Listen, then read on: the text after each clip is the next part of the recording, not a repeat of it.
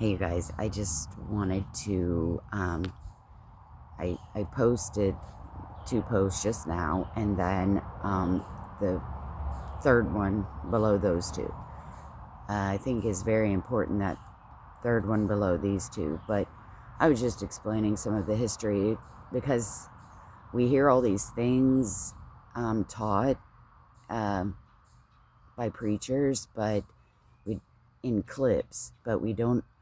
I've been trying for months to piece all of it together, like when I was doing those books on the since Noah, and then after that there was Abraham. So what I just want to say is, a while back I was reading about King Cyrus and Esther, Artaxerxes, the book of Esther. Okay, what I found looking through that, going, rummaging around, was some of the Persian history, and then actually it's not even Persian history, it is Jewish history from the Talmud.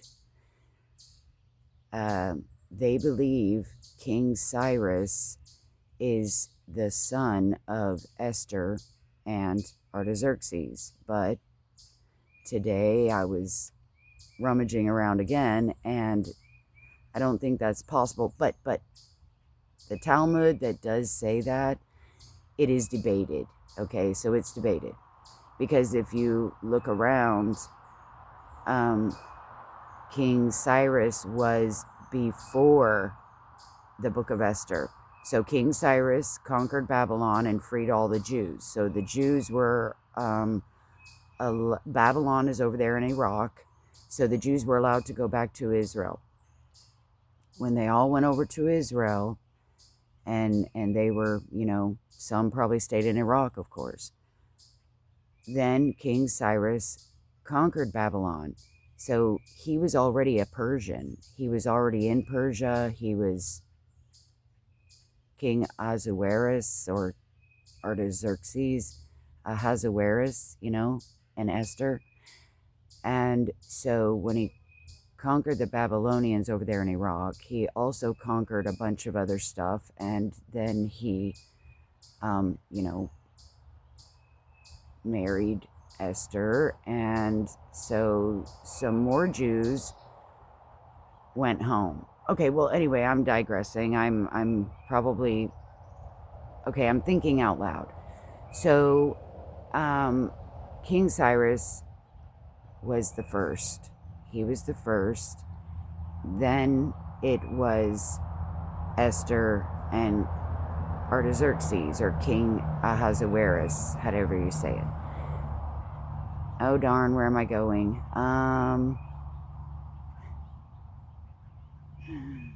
Anyway, so I was just kind of perusing that stuff today, earlier, and then I realized, and then I saw that short, and then it got me to get mad again, and then I got to realizing that all of Canaan right now is infested with the Muslim Brotherhood, jihad, murderers, Allah, Muhammad, false god believers.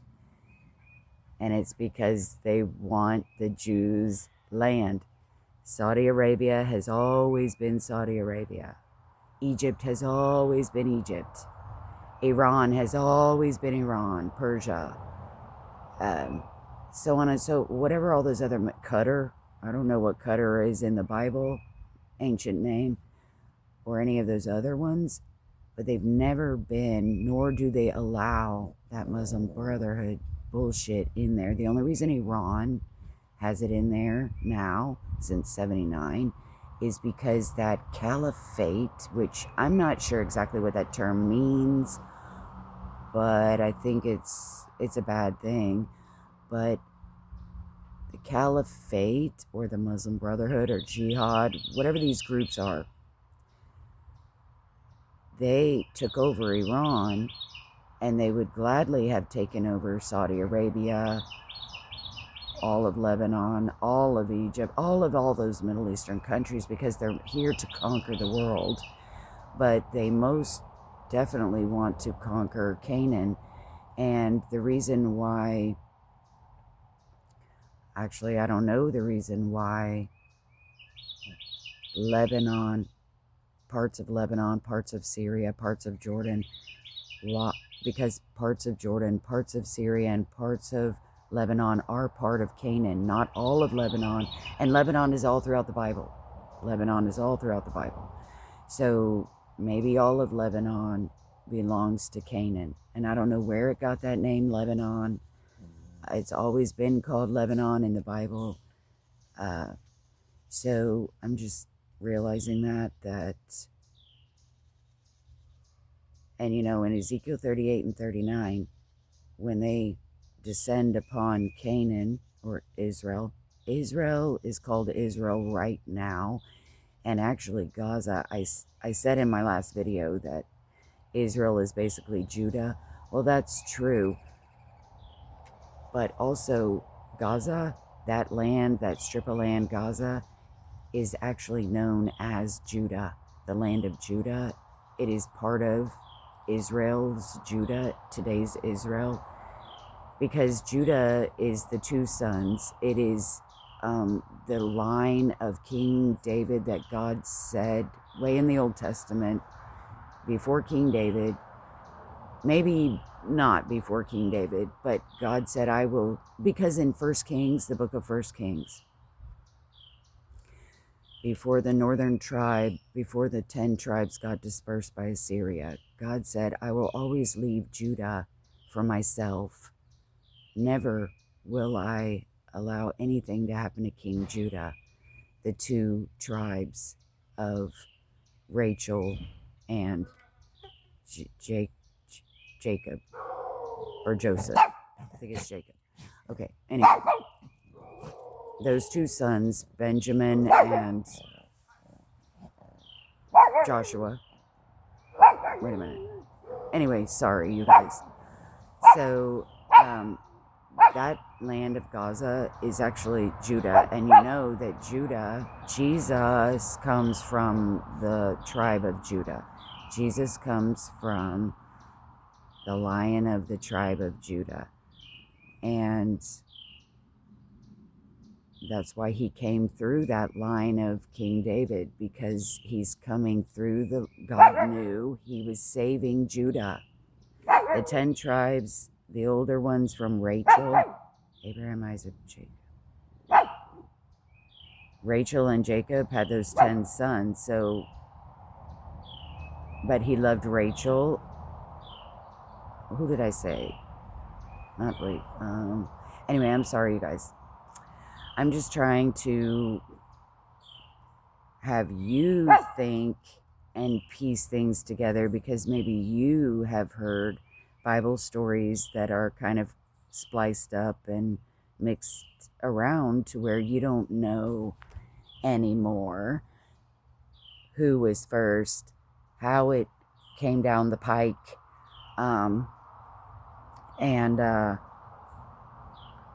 the reason King David had to conquer all the land and get it all back was because they went to Egypt and were there for like 400 years, right? And then they,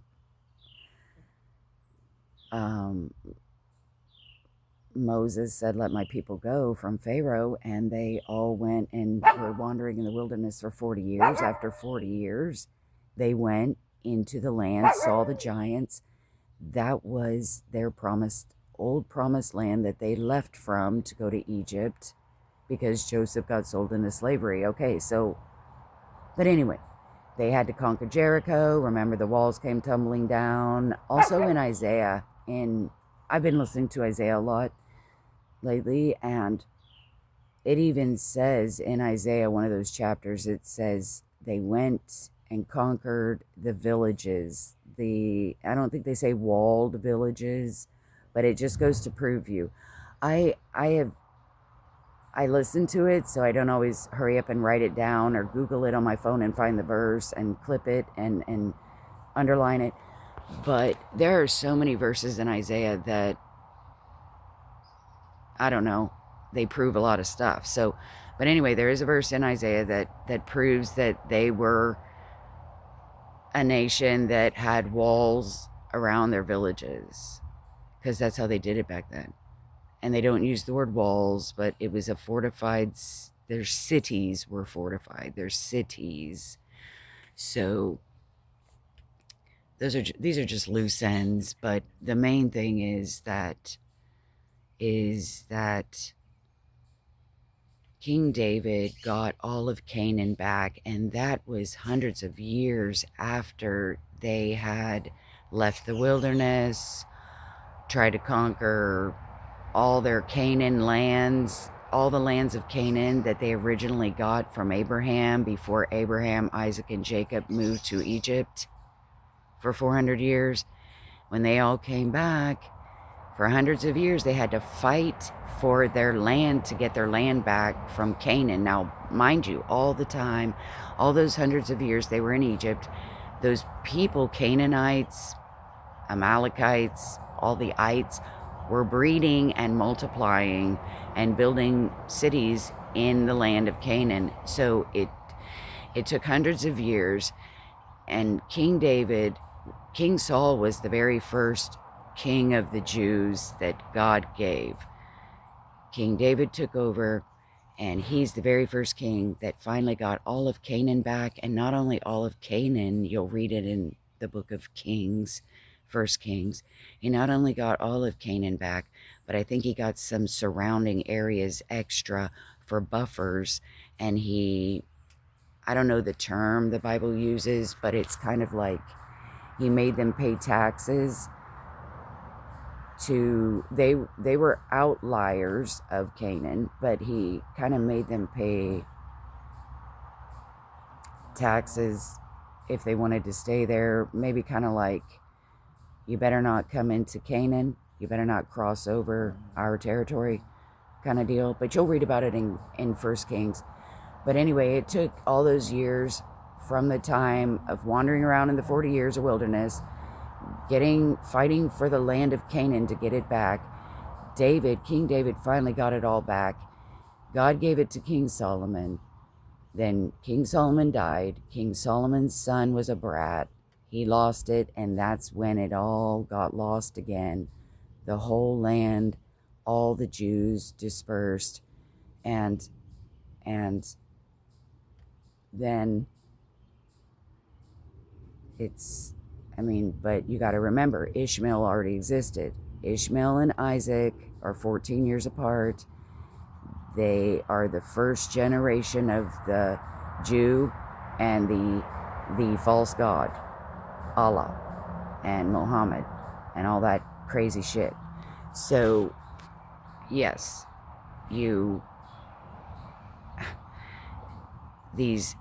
Ishmael is only terrorizing Canaan over there. Canaan, the ancient land of Canaan. Parts of Syria. They say they get Syria kind of under control, but it's not. It's morphing it's boiling under the lid or whatever. It's parts of Jordan, parts of Lebanon, Gaza.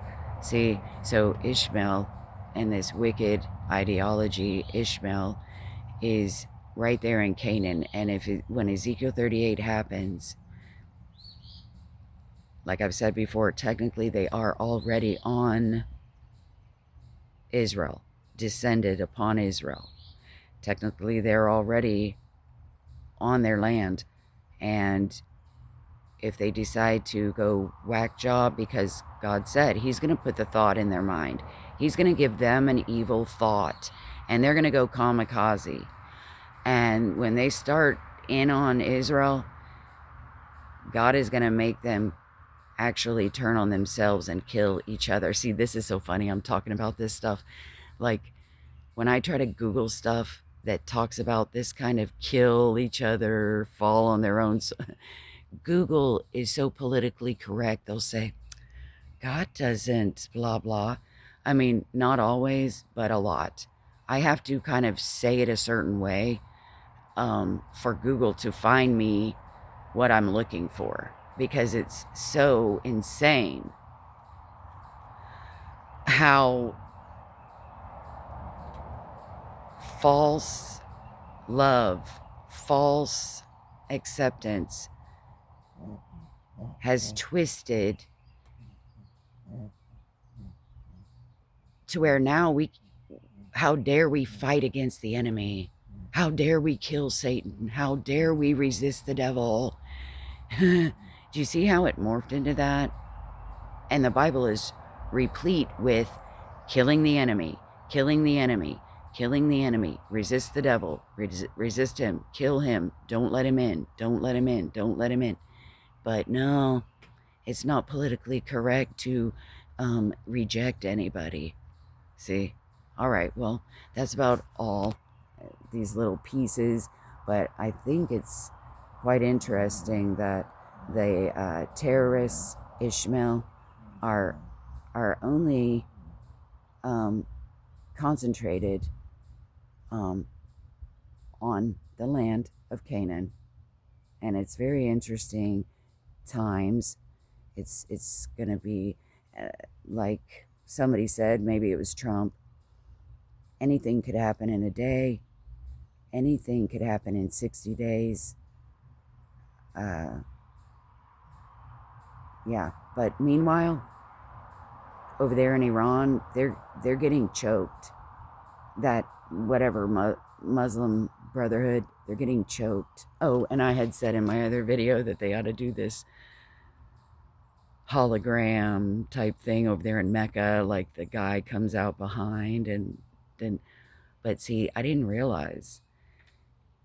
I always knew there were some maybe good Muslims because we've heard from Saudi Arabia, the Crown Prince, and then UAE, but they hate this Muslim Brotherhood. So even if they had done that fake out, the terrorists probably wouldn't have run. And like I said you would have to close the internet lines to where not everybody saw it, to where only the ones in Iran saw it, you know, because you don't want a mass influx of all the Muslims that might be good Muslims.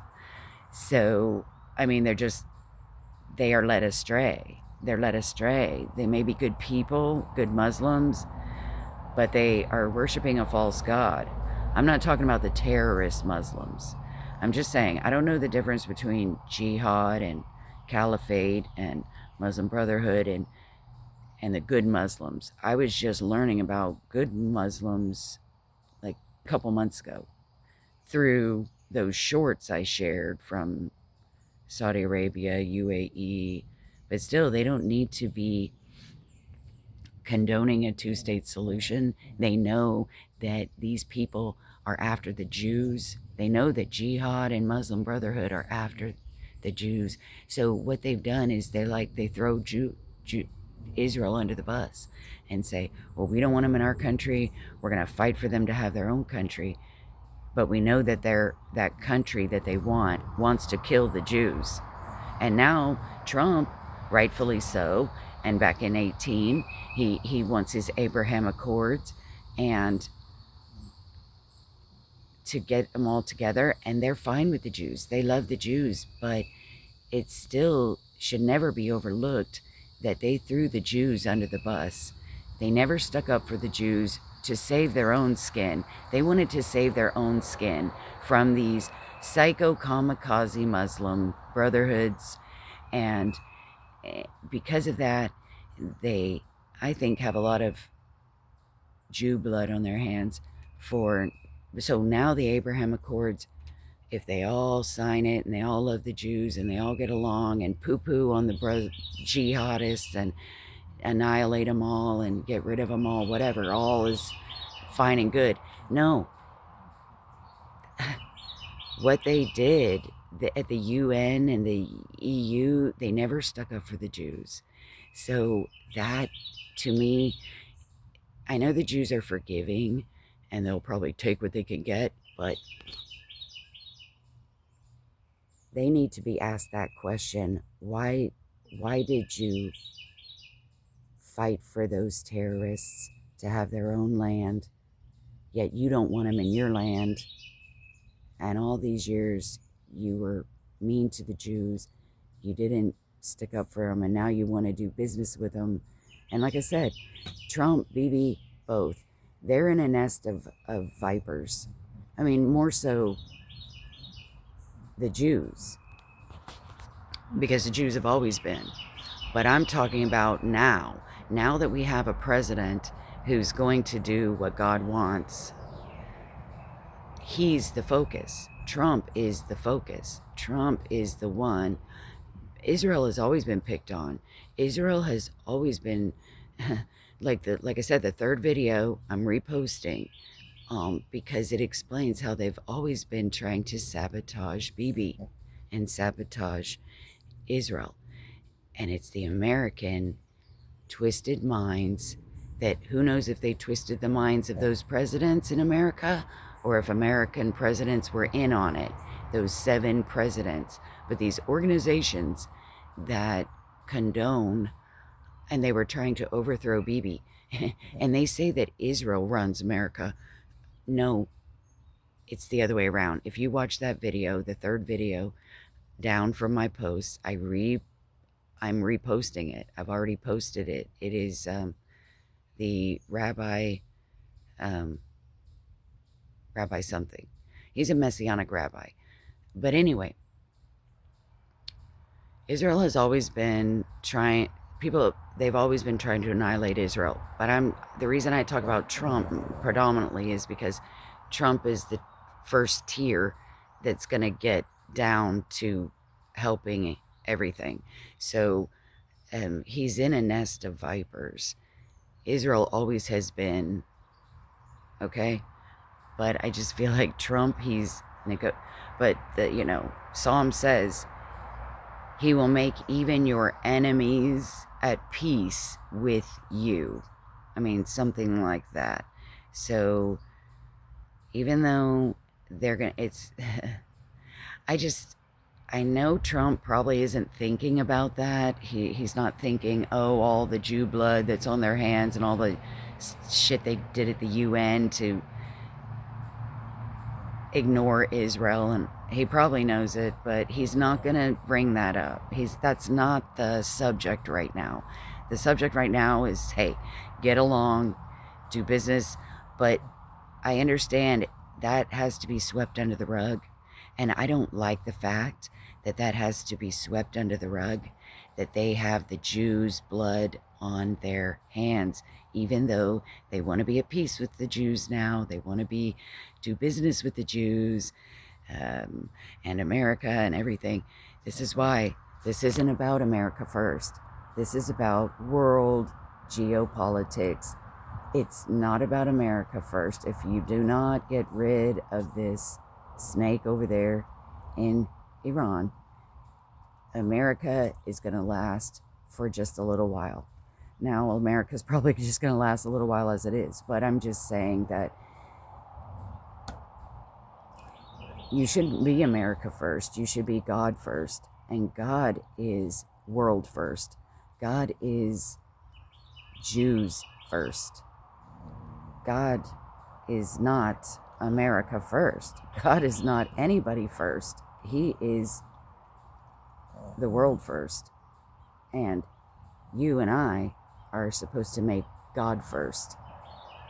And God wants what God wants, and that is for the safety of all people worldwide, especially the oppressed Jews.